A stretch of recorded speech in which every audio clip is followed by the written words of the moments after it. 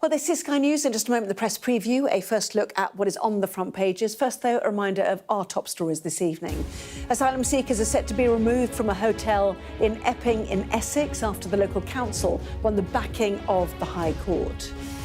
Donald Trump sets out a red line of no US boots on the ground as part of security guarantees for Ukraine, with the White House rejecting claims that he's been swayed by Vladimir Putin.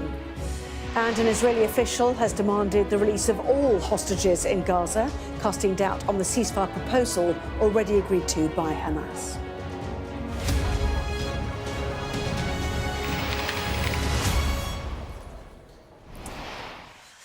Well, hello there, you're watching the press preview, a first look at what is on the front pages. Time to see what's making the headlines then, with the journalist and broadcaster Sonia Soda and the deputy editor of Conservative Home, Henry Hill. Welcome and lovely to see both of you. So as ever, let's check out the front pages, shall we? Kicking off with the Telegraph and the High Court injunction stopping a hotel in Essex being used to house asylum seekers is top story for that paper, which says that the ruling could force many more such hotels across the country to close. So to The Guardian then, which says the people housed in the Bell Hotel in Epping will now have to be moved out. The Eye says the ruling has left the government's entire migrant policy in disarray. And that word disarray is also used by the Daily Mail to sum up the development of the court ruling. A victory for mums is how the Express sees it, referencing the allegations that one asylum seeker sexually assaulted a young girl. Meanwhile, as the world waits the next move towards peace in Ukraine, the Financial Times reports that President Trump may use US air power to help guarantee Ukraine's security. An angry backlash to fears of the Chancellor making house sellers instead of buyers pay tax on property transactions over £500,000 is top story for the Metro. Daily Star says there's growing anger at a new trend in some pubs of adding a service charge when people buy a pint of beer. While The Sun speaks to Oasis star Noel Gallagher about his brother Liam after they ended their feud and went back on tour. So let's bring in Sonia and Henry. Many of the newspapers dominated by Epping Forest and that Asylum hotel. Henry, first of all, what does this mean for the government and what kind of pickle is the Home Office now in? I mean, don't mess with the British planning system, the single most powerful force in all the land. It could be absolutely huge. So what's happened here is that Epping Forest Council took a court case where it effectively argued that the owner of the Bell Hotel, by transferring their business effectively into leasing it to the Home Office, they had undertaken a material change of use and that this breached the planning permission. And therefore, that's illegal because, and that means theoretically, if this is upheld, every single hotel that wants to take the Home Office shilling has to go to the local council and get permission. Now, this hugely increases the potential for local councils who are very, very responsive to local concerns to just veto them. Previously, this has been something over which areas have had no real control. It's been private businesses liaising directly with the Home Office. This suddenly creates a way by which councils could block hotels, and that could stymie the whole programme. 32,000 migrants in hotels, according to latest Home Office figures, which date back from March. It's about a third of those that need housing. In 210 hotels, I remember, down from 400, I think, as a maximum. Where do those 32,000 people now go?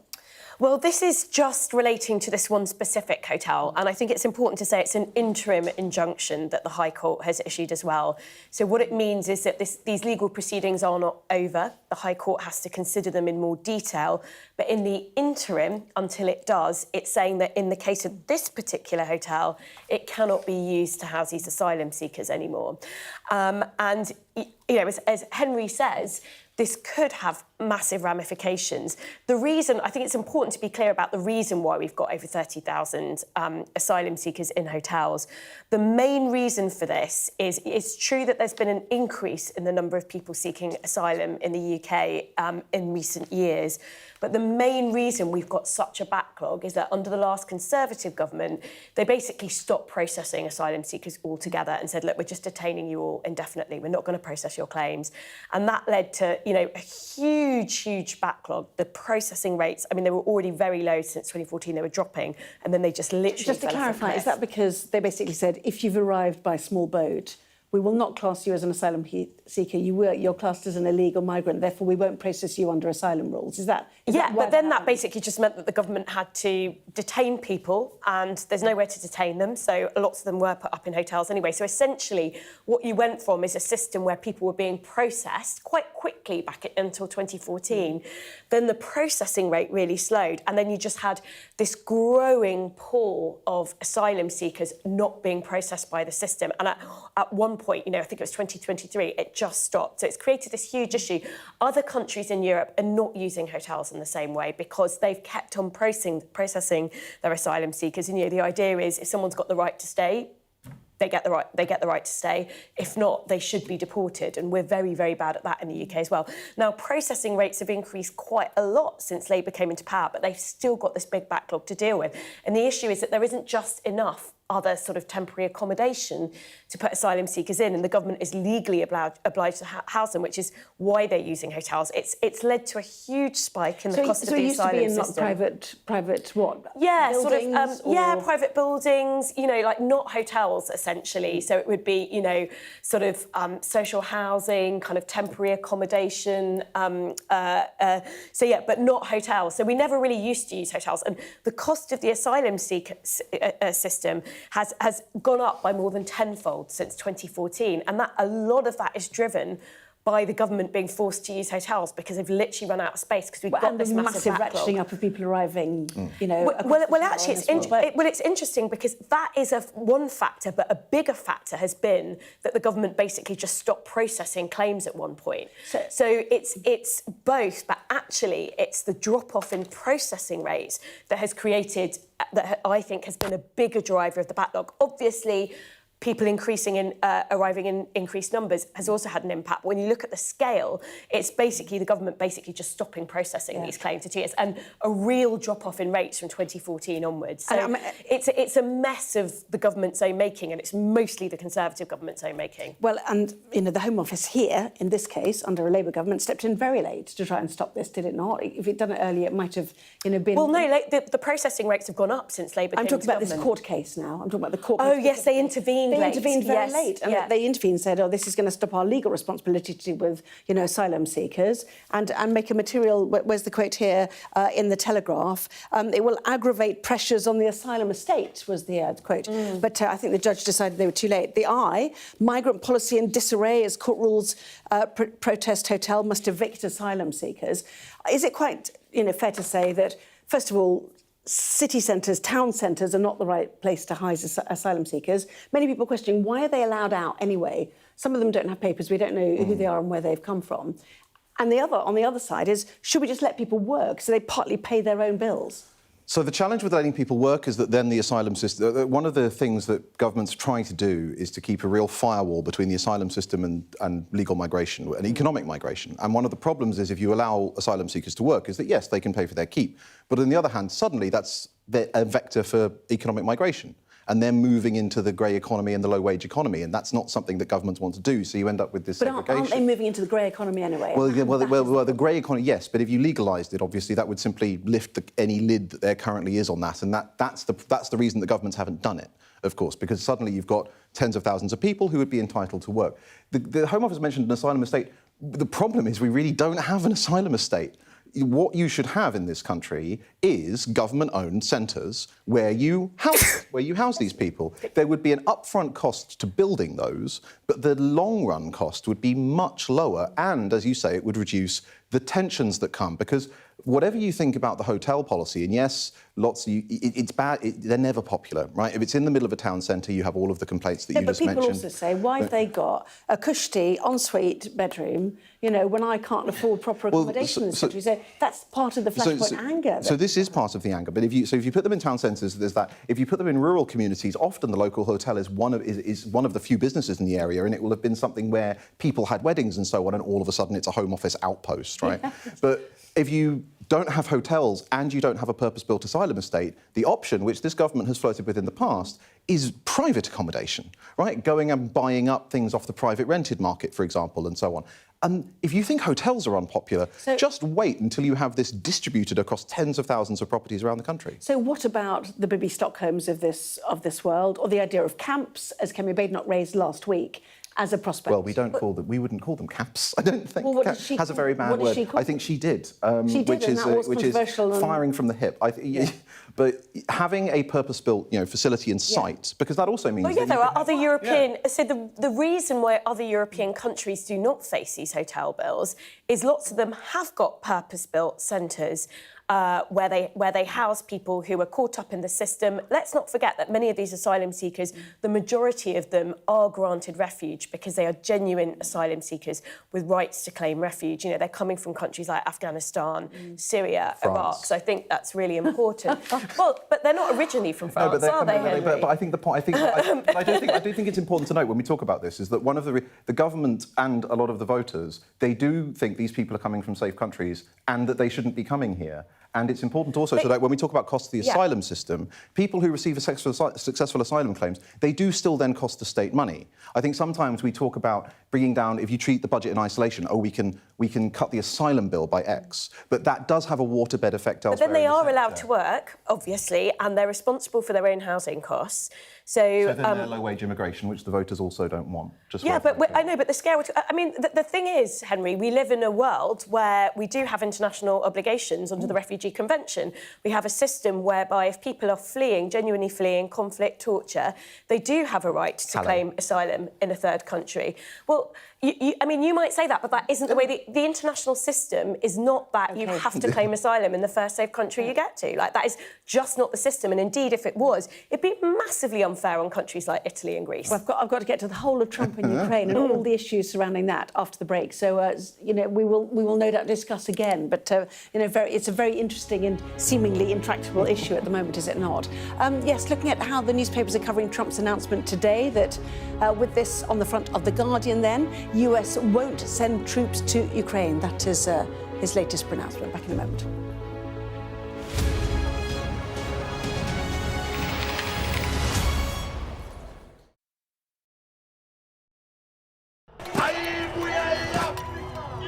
It's like a football final with only one team on the pitch.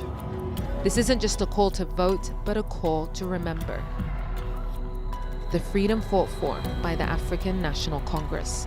I'm Yusra Al-Bagher, Sky's Africa correspondent based in Johannesburg, South Africa. A cyclone and 2 burst dams wiped out hundreds of generational homes. This was the second dam that the floodwaters hit before it tore into Derna. We are in the heart of Nairobi, and we're watching as protesters were heavily tear gassed. The sheer fearlessness and persistence of these guys is astonishing. We help you understand the world with us. I remember going into the iconic Durman market in the heart of Sudan's capital for the first time since the war started. And this is what's left of it. Bullet holes through buildings, shelled balconies, bullet cases on the floor. I witnessed the complete destruction of a place linked to my childhood memories and the lives of millions of people. This is insane. This was a bustling residential area. So many friends who lived here. My most memorable interview was with a 15-year-old boy who'd survived being stranded on a migrant boat on its way from Senegal to the Canary Islands. After 13 days, our food, water and fuel supply ran out. I felt awe when we saw the mountain gorillas in Rwanda. They call him the king of the jungle. This is the alpha silverback. Sky News, get the full story first. Yusra Al-Bagher, Sky News. No, it's right here in Somalia. They thought IS was dead. Definitely not dead. It's alive and kicking. It's the same thing happening again, only it's in Somalia and Africa. Welcome to the Islamic State. I want to find evidence of how big they are. This is from Daesh. I've seen what they've done in the past. This is like looking into the future, and it doesn't look good. Are you regretful about joining ISIS?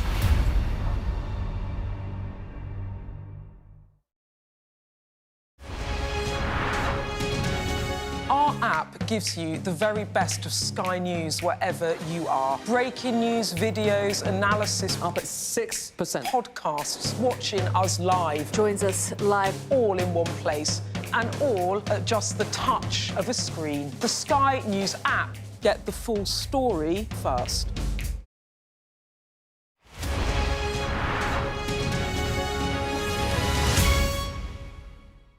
I'm David Blevins, and I'm Sky's senior Ireland correspondent. I've spent 30 years reporting the journey from conflict to peace. The end of the political stalemate, the start of a new chapter for Northern Ireland. Catholics and Protestants now facing the same threat. If we both contract COVID-19, religion's nothing. Sky News, the full story first.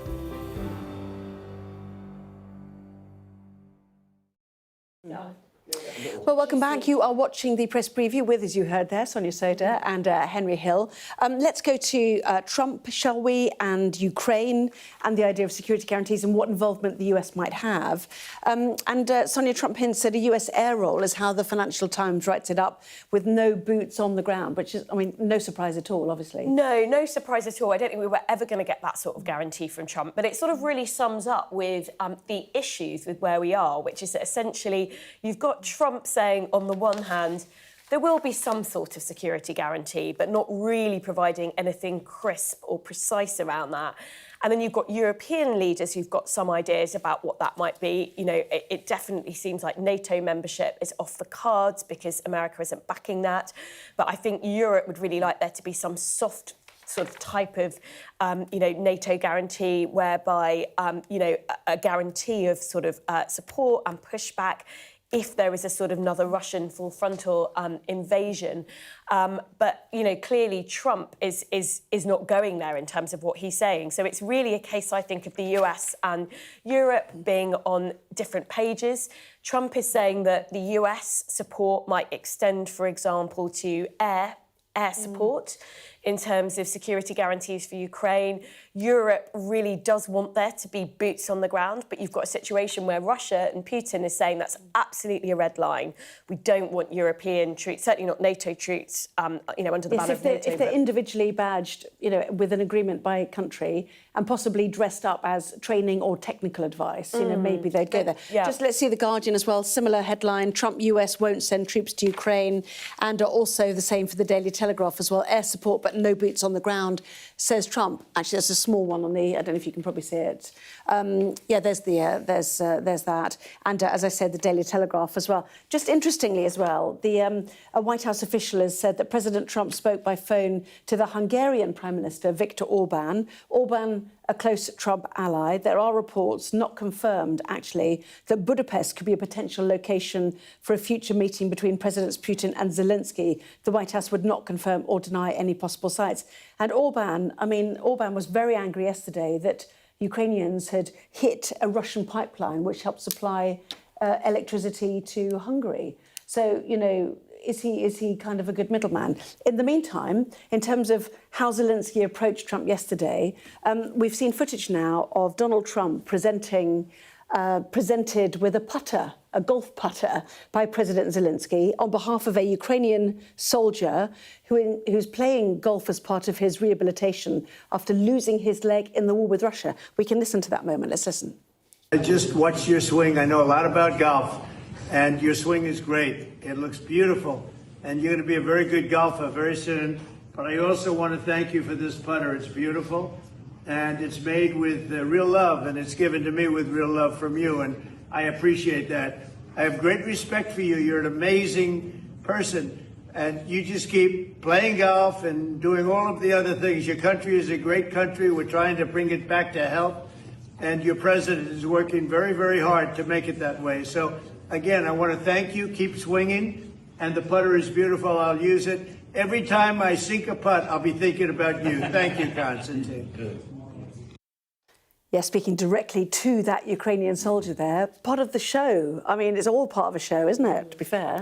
I mean, Zelensky in Ukraine sort of were getting to grips with the Trump phenomenon, which is essentially it's just Emperor Nero is the head of the West, and you turn up and you kiss the ring, and you wear you wear a suit, and you give him presents, and you butter him up. And it does seem to be going back to the last time. I don't think Zelensky's been... It couldn't really get worse, could it? I don't think, short of America invading Ukraine itself, it could not really have gone worse than last time. The problem with all of this, I don't know if there's been a story in recent times where the sort of column inches to content has been shorter. Yeah. There's no reason for a deal. Fundamentally, Putin's position and Zelensky's position is utterly irreconcilable. And for all the good mood music, there's no reason to think there's a landing zone. Henry, Sonia, so much more to discuss. Thank you both indeed for now. Thank you. Let's catch up with the weather now.